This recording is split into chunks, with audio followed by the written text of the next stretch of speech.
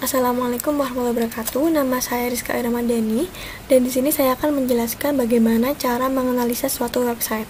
Nah, yang pertama yaitu crawling data berita dengan menggunakan Python Scrapy seperti pada video saya yang sebelumnya. Jika teman-teman sudah melihat, di sana saya mengcrawling data berita dengan menggunakan Python Scrapy dan kali ini saya akan menjelaskan kembali bagaimana crawling dengan Python Scrapy. Nah, untuk yang kedua yaitu preprocessing. Nah, dalam preprocessing ini ada stop word, ada stemming, lalu mengubah data menjadi vector space model dalam bentuk TF-IDF. Dan untuk yang ketiga yaitu reduksi dimensi dengan principal component analysis atau PCA. Yang nantinya kita akan proses dalam orange, data orange. Lalu untuk yang keempat ada analisa cluster dengan menggunakan k-means. Nah, nanti kita akan mengklasterkan, mengelompokkan beberapa data dengan menggunakan k-means. Oke, lanjut untuk tahap yang pertama. Untuk yang pertama, kita akan melakukan web crawling seperti pada video yang saya yang kemarin, yaitu dimana kita akan langsung ke CMD, teman-teman. CMD. Lalu di sini kita lihat, kalau teman-teman masih belum menginstal Scrapy, teman-teman bisa langsung saja ketik pip install Scrapy. Nah, kalau sudah, berarti teman-teman tidak usah menginstalnya lagi. Langsung aja ke tahap 2, yaitu kita ketikkan di sini Scrapy start project web mining ya. Lalu selanjutnya setelah kita membuat folder web miningnya dan tampil seperti ini, tampil halaman seperti ini, lalu selanjutnya kita akan masuk ke dalam foldernya dengan cara change directory web mining. Nah, setelah itu kita akan masuk ke dalam foldernya, lalu kita akan ketikkan Scrapy gen spider.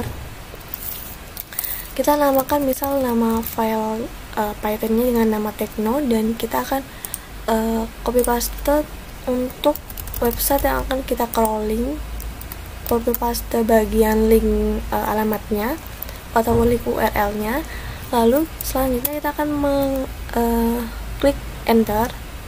Lalu selanjutnya setelah terbuat di sini kita bisa lihat apakah sudah ada beneran di sini. Untuk web mining folder sudah ada, dan untuk file Python Teknonya sendiri juga ada.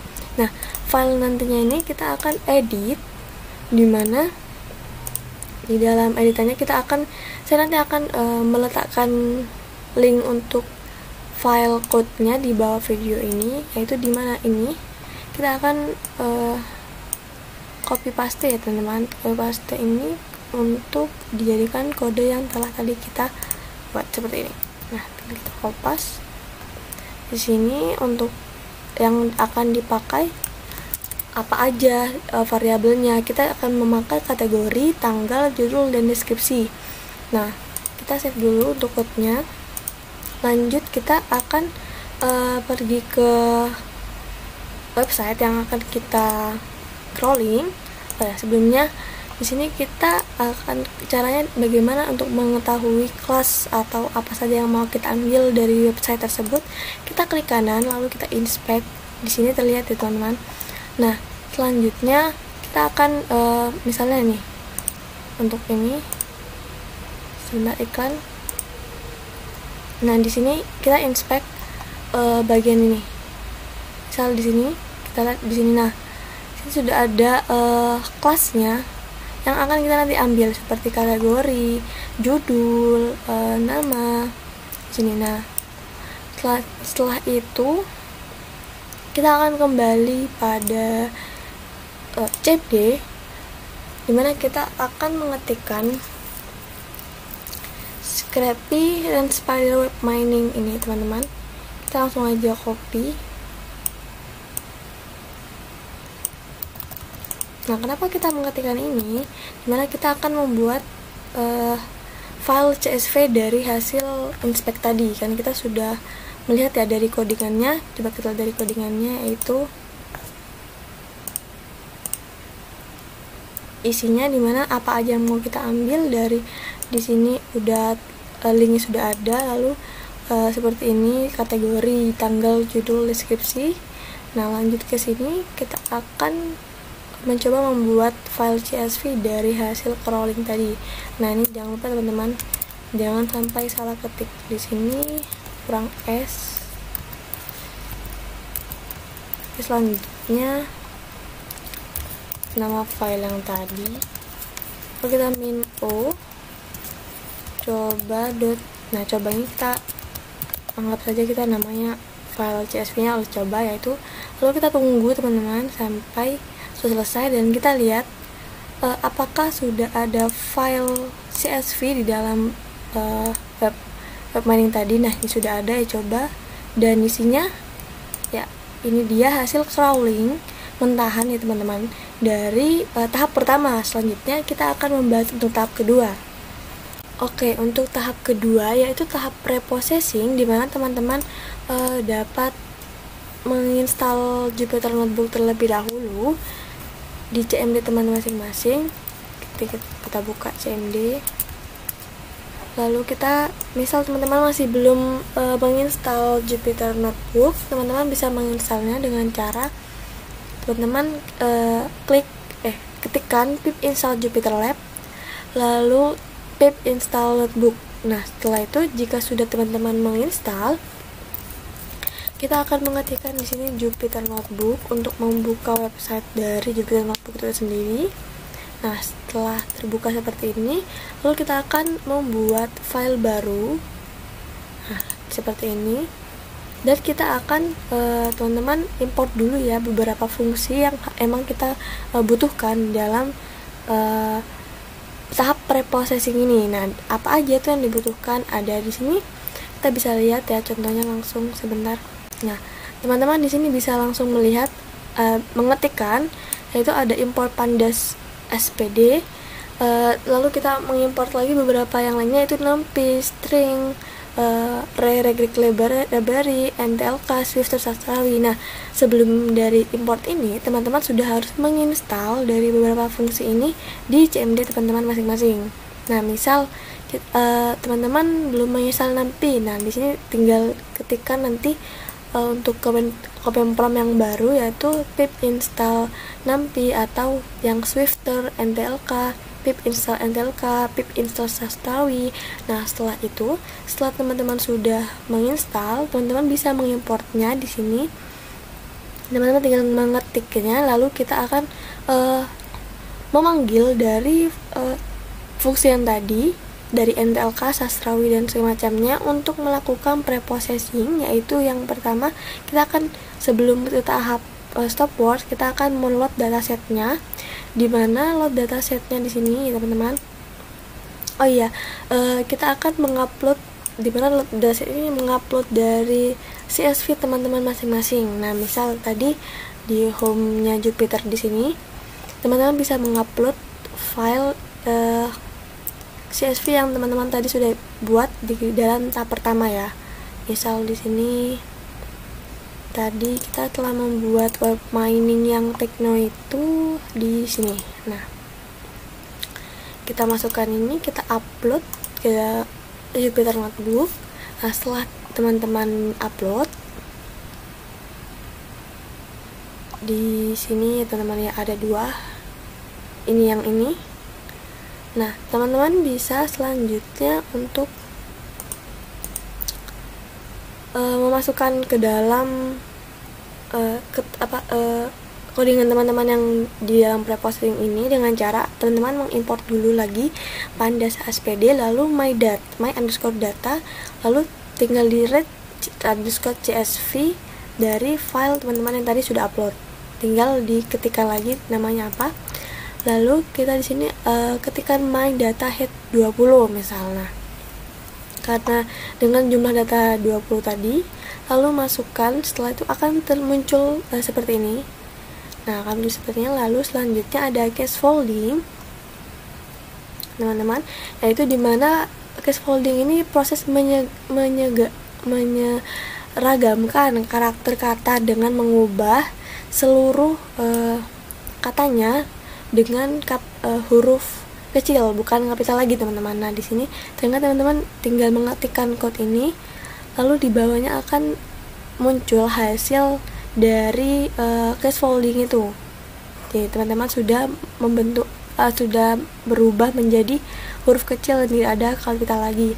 Nah, selanjutnya ada proses atau tahap tokenizing. Nah, di sini teman-teman biar bisa lihat semua ya dari penjelasannya. Tokenizing di sini dilakukan untuk memotong kata pada white space atau spasi, juga membuang karakter tanda baca, teman-teman. Di sini untuk code-nya sendiri seperti ini. Nah, untuk hasilnya kita bisa lihat di sini dari membuang karakter yang tidak diperlukan. Di sini sudah dilakukan untuk proses tokenizing. Dan untuk spasi-spasinya juga sudah dihilangkan, jadi ini per kata. Nah, untuk yang selanjutnya tahapnya itu ada menghitung frekuensi distribusi token. Nah, untuk per kata ada berapa sih per kata per token itu ada berapa? Jadi frekuensinya jadi dihitung di sini. Misalkan yang timur ini ada 2, ratusan 1 segala macam sampai yang tabel ke-20. Selanjutnya untuk tahap yang selanjutnya ada filtering atau stop word removal, di mana stop word removal ini teman-teman digunakan untuk pemilihan kata-kata penting dari hasil token yang tadi, yaitu kata-kata apa aja yang digunakan buat ngewakilin dokumennya.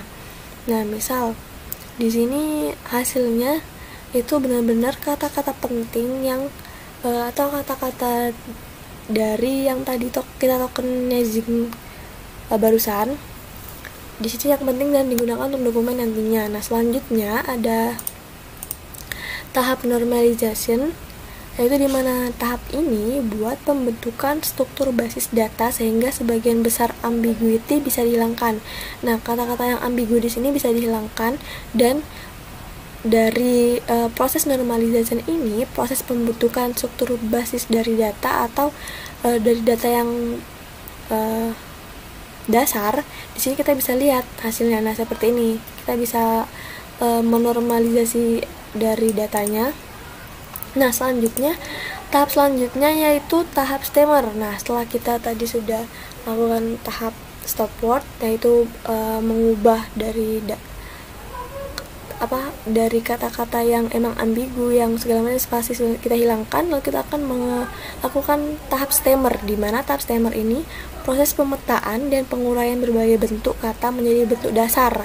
Nah, di sini teman-teman sudah tidak ada kata imbuhan di dalam stemmer, dimana di sini kita sudah mengetikkan code ini. Nah, dipakai from sastrawi stemmer. Jadi yang apa yang tadi kita import yaitu sastrawi, kita dipakai di sini dalam stemmer. Nah, selanjutnya nih teman-teman, saat ada kata imbuhan dalam data, dalam tahap stemmer akan menghasilkan kata baku dari hasil dari data imbuhan yang tadi saya sebutkan. Misal di sini ada kata-kata ratusan di dalam data, maka akan di-stemming dan akan menjadi kata dasar yaitu ratus. Nah, selanjutnya ada kata-kata terendam akan menjadi rendam. Nah, seperti itu. Nah, selanjutnya setelah kita stemmer atau kita stemming, kita akan menyimpan data processing data ke dalam CSV. Nah, caranya dengan subdot seperti ini. My_data deskripsi_tokens, karena kita menggunakan deskripsi dari data yang tadi kita sudah crawling, _stemmer, lalu .to CSV, dan kita namakan text processing. Nah, seperti apa bentuk dari CSV text processing tersebut? Bisa kita lihat seperti ini, teman-teman. Nah, sudah terbentuk per kata ya, sudah bukan lagi kalimat seperti yang tadi pertama mentahan data untuk yang crawling tadi. Nah, selanjutnya setelah kita menyimpan processing datanya, kita melakukan prepare data, di mana prepare data ini mengubah data mentah dalam format yang berguna dan efisien. Yaitu di sini kita bisa lihat prepare datanya, kita import lagi Panda, kita import lagi NumPy, lalu akan kita akan menyimpan dari yang CSV tadi lebih efisien lagi formatnya ya, teman-teman. Nah, seperti ini. Tadi kan penyimpanannya masih belum tertata. Nah, nanti hasilnya seperti ini. Ini dari hasil yang tadi kita lihat, itu hasil dari prepare data juga. Nah, selanjutnya ada term frekuensi. Nah, ini sudah masuk ke tahap TF-IDF ya teman-teman.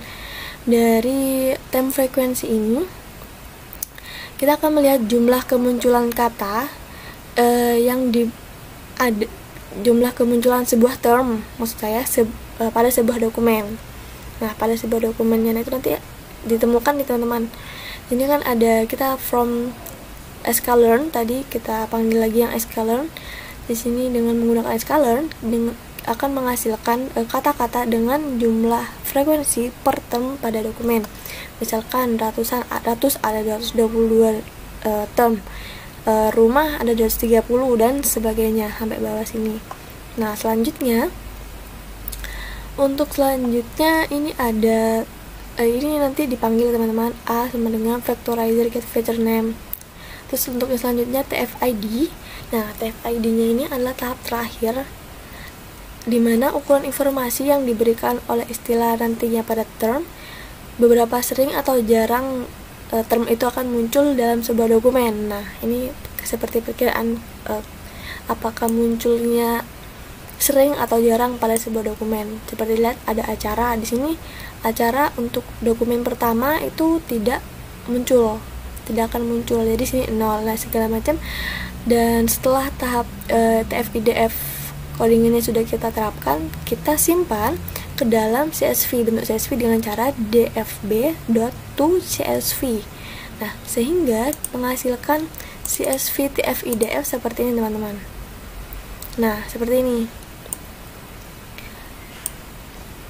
Setelah di melalui tahap TF-IDF, maka kita akan melakukan tahap ketiga, yaitu di mana tahap reduksi dan cluster yang nantinya kita akan menggunakan orange. Oke, jadi setelah tahap kedua kita akan melakukan analisa web pada tahap ketiga, yaitu reduksi dimensi dengan prinsipal komponen analisis atau PCA. Juga kita akan melakukan clustering data dengan K-means. Menggunakan apa? Menggunakan orange. Jadi teman-teman, sini kita akan menggunakan orange untuk melakukan reduksi dimensi dengan PCA dan juga kita akan mengcluster dengan K-means. Nah, di sini teman-teman tinggal new op yang baru, lalu teman-teman klik file. Nah, di sini saya akan memperlihatkan bagaimana cara reduksi dimensi dengan PCA. Yang pertama, teman-teman bisa langsung saja membuat file baru. Lalu selanjutnya setelah teman-teman membuat file baru, teman-teman tinggal klik 2 kali, lalu teman-teman import data TF-IDF yang tadi telah kita lakukan. Teman-teman import ke dalam ini, caranya dengan klik ini. Nah, di sini tinggal dipilih aja ya teman-teman. Lalu selanjutnya di sini ada keterangan untuk ID-nya itu tipenya teks, lalu role-nya meta, dan untuk datanya dengan name acara segala macam, tipenya numerik itu tadi kan 0,0. Lalu selanjutnya untuk role-nya kita isi dengan fitur. Teman-teman kalau masih belum diubah seperti ini, tinggal klik meta atau fiturnya. Nah, seperti ini. Lalu setelah itu teman-teman bisa lihat di sini. Nah, inilah tahap reduksi dan clustering. Kita coba pertama-tama dulu dari yang reduksi. Nah, yang reduksi kita lihat dari file yang tadi sudah kita import. Kita lihat apa aja sih yang ada di dalam data dengan cara menambahkan databel. Nah, databel sini seperti buat tinggal ditarik seperti ini. Lalu teman-teman tinggal mengisi databel seperti ini. Nah, apa aja sih dalam databel itu? Sudah ada ID dan data-data yang tadi kita udah proses, teman-teman. Nah, di sini ada info tabelnya, ada 27 instansi, nggak ada yang missing datanya. Lalu ada 308 fitur, terus tidak ada variabel yang bertarget, lalu ada 1 meta atribut. Nah, selanjutnya setelah kita melihat apa aja sih datanya, kita lanjut ke select column. Nah, sebelum ke select column, teman-teman kalau mau membuat select column seperti ini, tinggal ditarik lalu kita cari. Nah, select column Nah, di sini teman-teman bukan hanya memproses ininya, namun memproses alurnya. Alurnya teman-teman tinggal tekan, lalu teman-teman pilih selected data ke data. Nah, setelah teman-teman membuat select column tersebut, kita lihat di select column ini isi dari fiturnya itu adalah data-data, nama data-data tadi kita sudah lihat ya teman-teman. Nah, dan ID-nya kita taruh di bagian meta. Nah, selanjutnya setelah kita pilih data mana aja yang akan kita proses, selanjutnya kita akan melihat lagi nih hasil dari select column tadi. Nah, seperti ini. Tidak jauh beda teman-teman. Selanjutnya setelah kita lihat lagi data yang sudah kita pilih, kita akan melakukan proses PCA. Teman-teman tinggal tarik aja lalu cari PCA.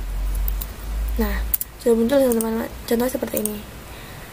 Dan untuk alurnya, teman-teman memilih data ke data. Jadi sini akan dilakukan reduksi dimensi. Teman-teman bisa lihat di sini dari data yang sudah kita impor, itu komponennya, misal kita cari komponennya 20. Nah, seperti ini untuk reduksi dimensi dari hasil preprocessing yang tadi atau TF-IDF yang tadi. Nah, misal di sini juga teman-teman juga bisa melihat dari proporsinya, dari prinsipalnya, seperti ini visualisasinya. Nah, untuk reduksi, setelah kita melakukan reduksi dimensi, kita akan lihat nih hasil dari reduksi itu bagaimana. Nah, setelah kita tadi melihat visualisasinya, di sini kita akan melihat data dengan sudah dibentuk ya teman-teman, dari ID-nya itu sudah tersusun.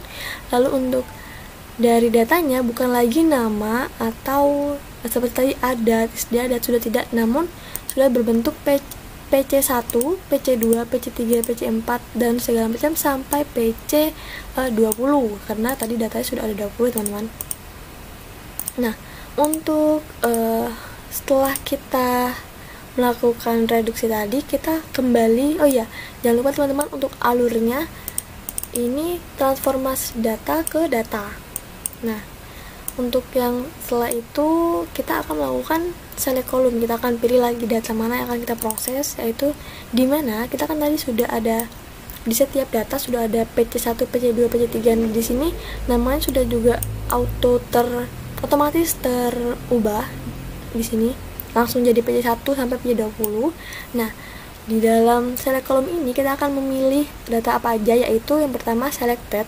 Selected ini masuk ke fitur yang tidak akan kita gunakan atau kita buang. Nah, di sini ignore. Nah, di sini kita tidak akan memakai ini. Namun kita akan memakai kembali cuman data-data di fitur dan ID di meta. Nah, selanjutnya setelah kita setelah kita pilih datanya, kita akan melihat data apa aja yang sudah kita pilih tadi. Nah, seperti ini. Tadi kan bedanya nih teman-teman, sebelum kita pilih itu masih ada kategori variabel select nih, no. Namun setelah kita pilih, di sini terlihat ID kita sudah tidak ada variabel selected yang seperti tadi datanya no itu sudah tidak ada, sudah bersih, yaitu tinggal ID dan hasil dari reduksi dimensi yang tadi kita sudah lakukan. Nah, selanjutnya setelah kita pilih, kita akan melakukan tahap terakhir, yaitu tahap clustering dengan k-means. Nah, teman-teman tinggal pilih aja ya, tinggal klik aja menjadi k-means seperti ini. Nah, di sini kita k-means misal fixednya 5, from-nya 2 atau 3, terus inisialisasinya dengan k-means, benar ya, k-means plus utamanya, terus di range-nya 10, maksimum iterasi 300.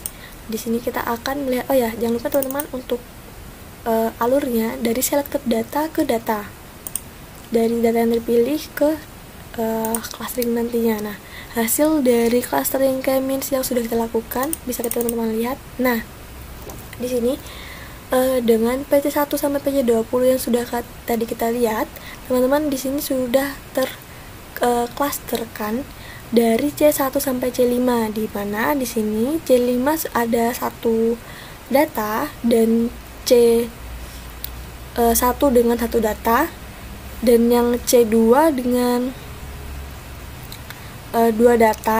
satu data, dan untuk C3 nya sisa dari yang tadi saya sebutkan. Nah, untuk setelah tadi kita lihat teman-teman ya, di sini setelah di clustering dengan sebelum di clustering untuk informasinya berbeda. Di sini kita bisa lihat ya teman-teman, untuk instansinya tinggal 27, fiturnya 20. Oh ya, ini untuk informasi sama kalau nggak salah, sebentar teman-teman.